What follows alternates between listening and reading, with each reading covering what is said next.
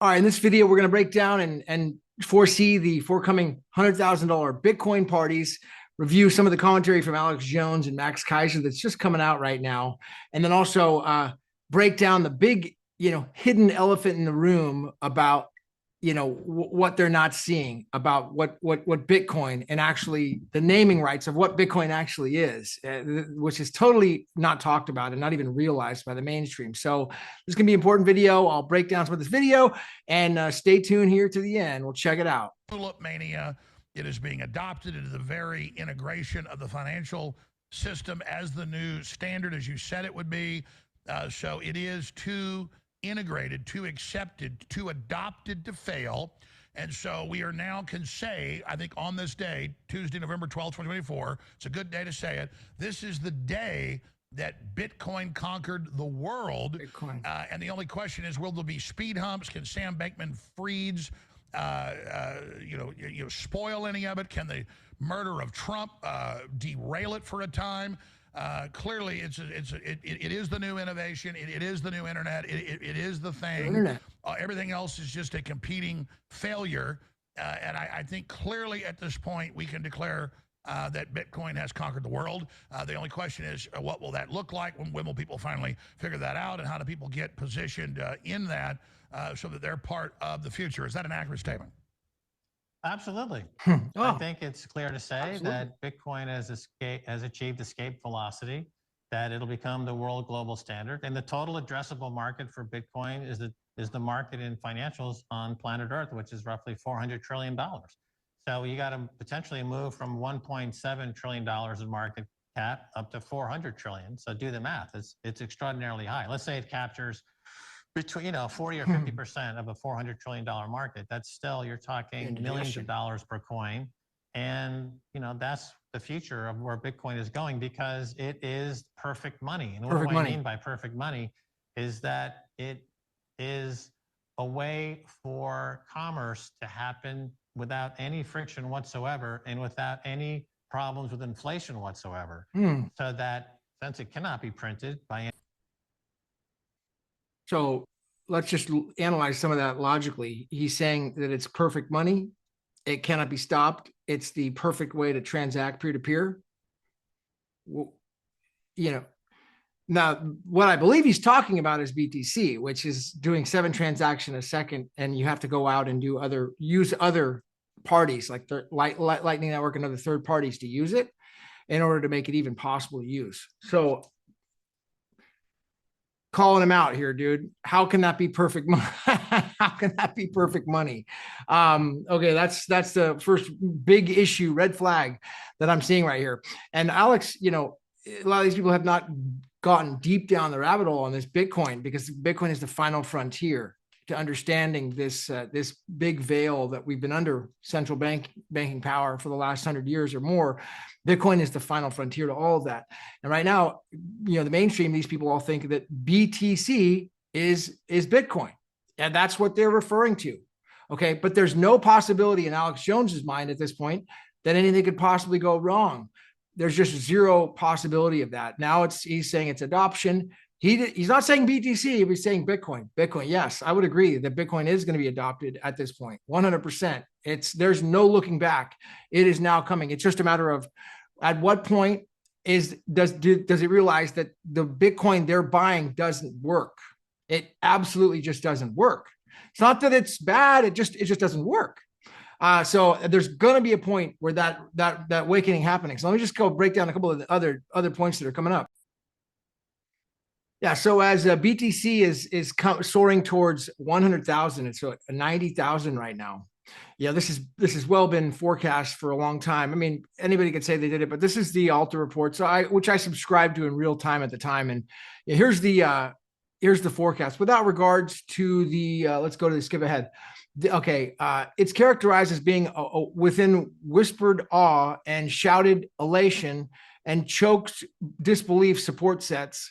These expression contexts provide some additional clues, including some sets to 100K parties and 100K celebrations and 100,000 line parties and the language of similar nature. These sets are also in part of several major groups that are describing as generally anticipated event crossing the 100K line. That will be treated as global happening, very much like New Year's. Other sets in the language will follow the crossing the line day, and many references to parties. Some of those language sets will include specific occasions and dances and music, along with other acoustic or artistic renderings of the moment. There will be sets suggested with large quantities of where were you when it happened, videos, blogs created about the 100K parties. So this will be one of the first that they're talking about, is this 100K parties, because I would say that it's going to happen here real soon, just as forecast by Cliff High. Now, well, the only sad thing is those parties are going to be short-lived because they're unfortunately it's going to be it's involved in a giant bubble. Tulip Mania #2. I mean, as you can see here, we've got a major legal issue going on right now. Emotions, name calling, jokes, all that stuff aside. Investors have to take notice of the ramifications of this case. This is what's called a passing off case for the naming rights of Bitcoin. And it's widely supported and widely known, but of course not talked about by any of the mainstream people, because either they know about it, they don't want to talk about it, or it's too new, maybe they don't. But the claim is that BTC is passing off as the name Bitcoin when it's not representing Bitcoin. And this comes from a case called Champagne. It actually comes from a precedent case here back in the Chancery Division. Here was Jay Bollinger and others versus Costa Brava Wine Company back in 1959. And what happened was, in this case here, this is the Champagne case. These winers were using, they had grown champagne in the Spanish Champagne district, and of selling wine not grown in the Champagne district as Spanish champagne. So what happened was they were marketing wine in the Champagne district, and they were calling it champagne, and it was widely known. Now, they didn't own champagne, they didn't make champagne, they actually didn't, it wasn't theirs to make. But what happened was they were just marketing it. They were like, that's what it was known as, is wine from this district. Now, this other group called Spanish, they made another wine called it Spanish Champagne, and they used the name champagne, but they marketed some other product behind it, and it was different, and it wasn't champagne, it was Spanish champagne. And so they sued and they won, and what it basically set precedent is what's called the passing off case here. Now, it's a good precedent analysis to comprehend what's actually happening here in this case, because you got this thing where, he's not Satoshi. That's already been determined as a matter of law. That is out. We know that he did not create Bitcoin as a matter of law. That's been well decided. All right. So he did not create Bitcoin. So therefore, what's going on with this case is that he was a miner and a user of the Bitcoin protocol in the early days and after such.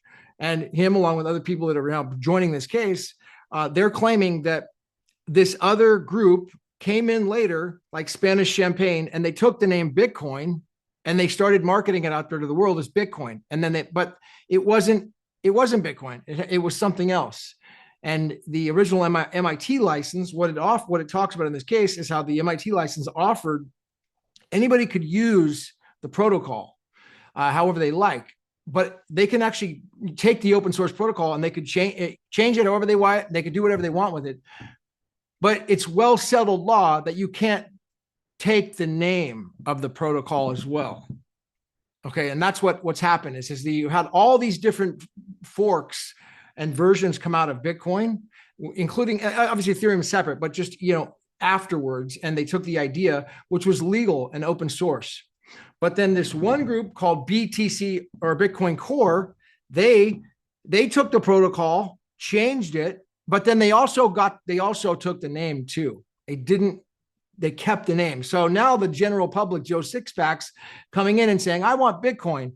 And he looks at the white paper and said, this is great, peer-to-peer cash for the world. I want this. I want to make this happen. And he buys BTC Core, buys Bitcoin Core. And then he tries to use it and he says, this doesn't work. Why can't I use this thing? What's going on with this?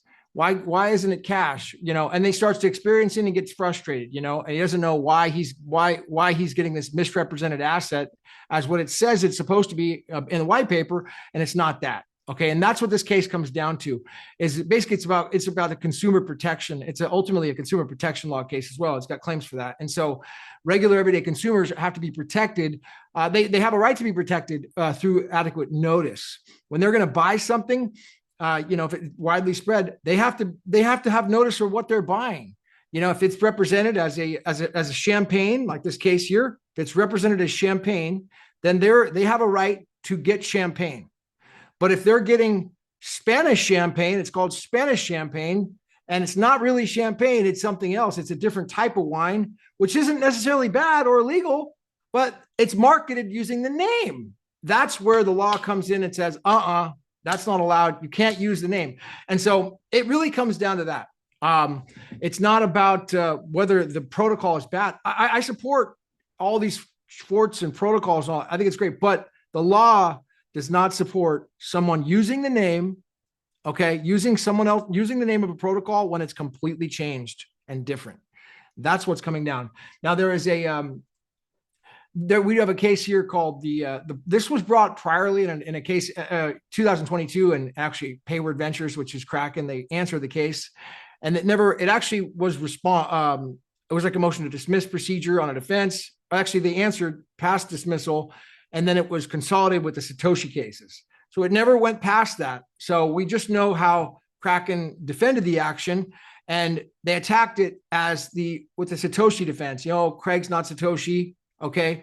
And so it's really going to be a different defense on how this is going to play out now, because now you have what's called Promissory Estoppel kicking in, meaning that because Craig Wright is not Satoshi as a matter of law, now the theory, basically the law is going to Promissory Estoppel says that the issuer of the contract, the issuer of the promise, which was Satoshi in the white paper and the early writings, he made a promise saying, here's what Bitcoin is. It's peer-to-peer cash for the world. Peer-to-peer cash, electronic transactions, no third parties, not Lightning Network and other parties involved, going on to other chains, BlackRock and others. No, it's just peer-to-peer cash, small casual transactions. That was how Bitcoin was defined. In the white paper, it's really, really basic and simple, just peer-to-peer cash, small casual transactions.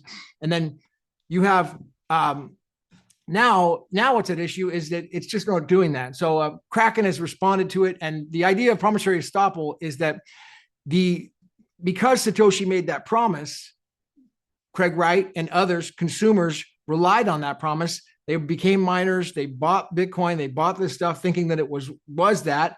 They went to use it. They went to use the thing like I have many times, and it just didn't work. It didn't work.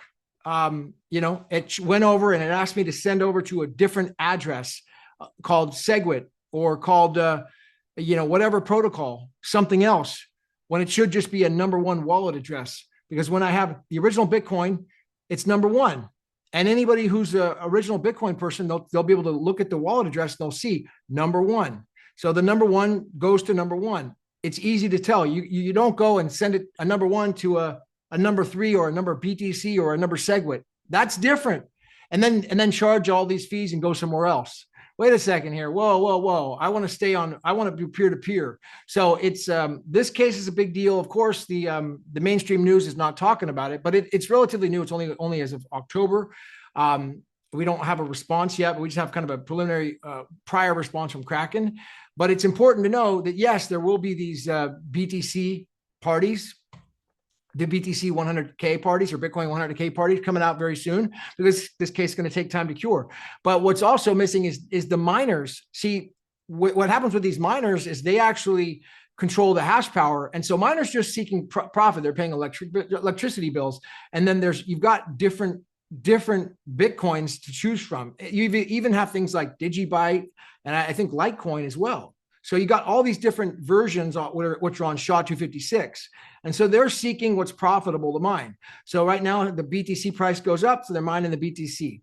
Now the mining rewards, which is the block rewards, they go down over time. So right now they're at 6. It's like 6, not 6. Anyways, it's gone down significantly over time. And every 6 months or every year, it drops even more. And so over time, it's just less and less and less. And so what happens is the transaction fees have to subsidize the mining rewards so that the miners can still be profitable to make money. That's what makes Bitcoin work in the long term. And so having transaction fees. So that's why, there's going to be a breaking point for this at some point, and it's just going to happen in a split second. It's not like, oh, it'll happen. It will literally happen in a split second, in an instant. It's not like, but the miners will eventually shift hash power, whether it's the court case or whether it's just the pure profitability of it, and this could be, could be this year. I don't think it's going to be this year. I mean, I'd say it could be potentially 2025, or it could be many years from there. I really don't know, but it's going to take the utility side. Once Bitcoin is actually being used and utilized on a mass scale, that's what causes the shift, because it becomes more profitable, it becomes more in demand, and it becomes money. That's the funny thing. This money is the real key. Money is the difference. What's the difference between money and currency? And now what I think is harmony out there is that money is the stable coin on Bitcoin. It's coming out. Money. I mean, true irony. So anyways, do your research on this. None of this is financial advice, but take notice for what Alex here and Max Keiser are saying. They keep talking about Bitcoin, but it has yet to been defined in the law as to what, it actually already is defined in the law as to what Bitcoin is, and it says it in the white paper. So what they're talking about is Bitcoin, and they're describing it like it's the white paper. But what they're actually referring to is BTC, because that's what people think is Bitcoin right now. That's the 90,000. It's going to go to 100,000. And the people who don't follow this stuff are just totally missing it. Now, the other big part of the puzzle here is the patents. I have a post back from I don't know, 2018 or 2017. I was just reviewing I had a chat with Craig Wright on LinkedIn. I forgot about it. We were talking about some of the Ethereum patents that came out at that time for smart contracts, and he released, and he was just, describing them back and forth. And again, these aren't his patents. These are protected by nChain. But this is the other big part, is that what's happening in a lot of the industry with this crypto stuff is already protected through intellectual property. And so these institutions, governments, whether it's Trump, the incoming elections, or it's businesses, they're actually a smart business really needs to do what's called an intellectual property search with a lawyer. They hire patent attorneys and they research, is this area protected through patents? Can we do this, what we want to do with this new project, or is it already protected through intellectual property? So at some point they will do that, whether it's they don't do it and then they just get involved in court, or they do it in advance. And once that happens, it's going to be clear. I mean, I believe that it's going to be clear that nChain has completely cornered most of the market here on this patent, with their patents, whether it's on election system, whether it's smart contracts, whether it's just how to use the blockchain in general. They are the 800-pound gorilla in the blockchain industry. And that's US, that's Tokyo, that's UK. They got patents like crazy. There's some 4,000 applications, but I think there's like 1,000 granted, and they could cut those down to 4 for actual quality patents for the actual topic. So let's say 250, but let's say 250 solid patents. That's the other big missing part that people are not talking about. Max Keiser, they don't want to mention it. They just want to keep pumping it, and they tell these governments to buy BTC. So, but at some point, you really, at some point, I feel like I have a duty to kind of let people know, hey, dude, you might not be, you're actually not buying Bitcoin. And that's the crappy part. It's hard to tell people that because they think they're buying Bitcoin and it's actually not Bitcoin. So, do your research. A lot of exciting times to come, but this is coming right now. I think everything's right about this. We say Bitcoin is going to change the world. It's happening. Its adoption is here. Utility is here. Peer-to-peer cash. It's like, wait a second, what? It is here, but just not on that thing that they're calling Bitcoin right now, or that they refer to as Bitcoin, as it's just nothing to do with it. So take notice, do your research, check it out, all those posts, hit the ones, okay, share the video, hit the comments, and I'll freaking see you at the top. Later.